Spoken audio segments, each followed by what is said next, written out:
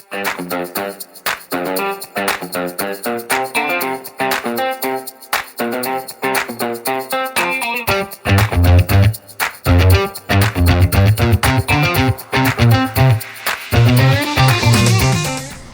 mga kalangga! Welcome to another day, another night to learn something. We are here in the biggest barangay in Lapu-Lapu City, Barangay Basak.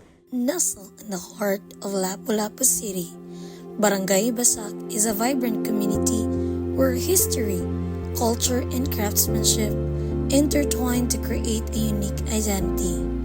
Once a land of marshy terrain, its very name derived from Cebuano word Basak, meaning muddy. This barangay has flourished into a dynamic urban center without losing touch with its deep-rooted tradition. Yet, beyond its modern growth, Basak remains a cradle of craftsmanship.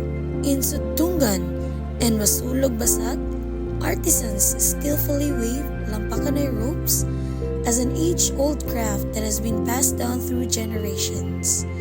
This delicate but resilient art speaks to the very spirit of its people, strong, resourceful, and deeply connected to their roots. Barangay Basak is more than just a place on the map. It is a testament to the resilience of tradition in an ever-changing world, a harmonious blend of the past and present, and a beacon of cultural pride in Lapu-Lapu City. For today's video, we will showcase one of the main products that we offered here in our barangay, rope or PC making. I am honored and grateful to interview one of the pillars that we have here in the PC making industry in our barangay. Ako dahil si Mario Tenebroso, minyo, nagpuyo din sa Masulog Tumoy. Andun ako'y unom kabuk anak o tulo kabuk apo. Sa pagkakaroon, pabilin kaming nagpuyo din sa Basak, Suba Masulog Basak. Ang akong i-share ani bahin sa ako mga nanghimo, kabahin aning mga nakita nato din sa palibot mga PC, no, kining nagkadalain nga mga color. Ako ang naghimo niya na, pero gawas ani naman sab ko'y kuan kanang serbisyo diha sa Barangay Basak, no, na usab sa ko sa gi-appointment ni sa tong barangay kapitan nga si Kap Daday Chan, usa ka lupon. Nagnegosyo ko ginagmay kay kining maong negosyo mao ni pamisi kay mao man ni ang gisunod pud nako sa akong ugangan sa akong asawa kay mao man ni ang ilahang ginabuhi sukad pa kaniadto sa hangtod nga namin yun, may mao ni among gihimong panginabuhi.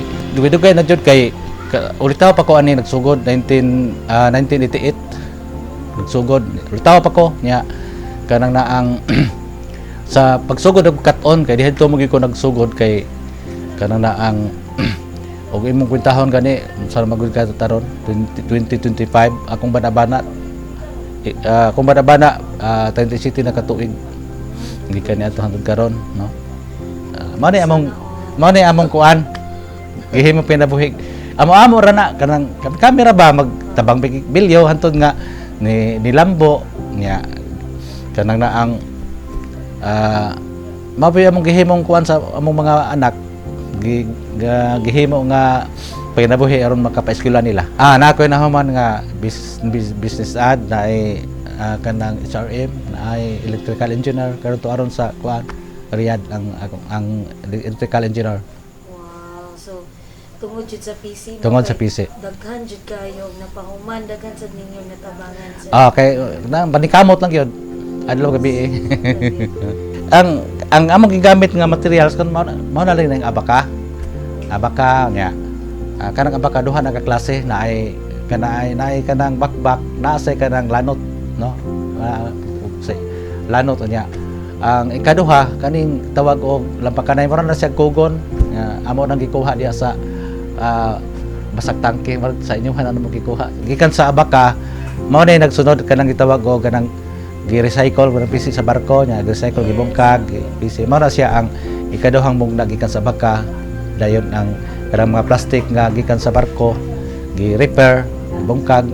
Dayon usa pa nito nga ang lampakanay. Maghimo rami kanang magpurma rami kawayan ang itawag og karakteran na naman dia sa kuan mo makita man nimo kanang naay kawayan nga murag kuan murag balapad o niya inig tawag single pa ang mahimo ana nya og madouble na siya double PC mao na ni siya ang mong buhaton duha ikaw ani kabit nya dayon tuyok patuyok ko ni siya mao ra ni simpor man kayo kanang ginam kuan ras kawayan gamit ra kawayan niya gamit sa bisikleta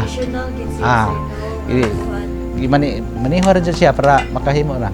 So, Kinamot ra gyud walay tay gamit kuryente. Akong nakita ang sa mga kabatanunan karon tungod sa technology, di na sila ganahan nga mo tuon ani mao nga trabaho, mga mamisi, di na sila ganahan kay na busy sila sa kuan ba, gadget, nya kanang mo na nakalisod pero ang kami mismo nga kana nga nagdumala ani naning kamot gyud tami nga makamugna mi og makamugna mi makina ani pero lisod kay pagbuhat kay lisod kay paghimo kay mga nitib no lisod kay mga putol magod siya og gamit ang makina labi nang napakanay maputol man na og gamit ang makina kanahanglan jud siya kinamot grabe kay pagsuway ani maong pangita kay dibiya permanente nga harin siya no nang najoy kanang kuan ba kanang muhinay siya ang among gihimo mo nang itawag ra grabe tang gitawag og magtinihik yun kanang kung abunda gani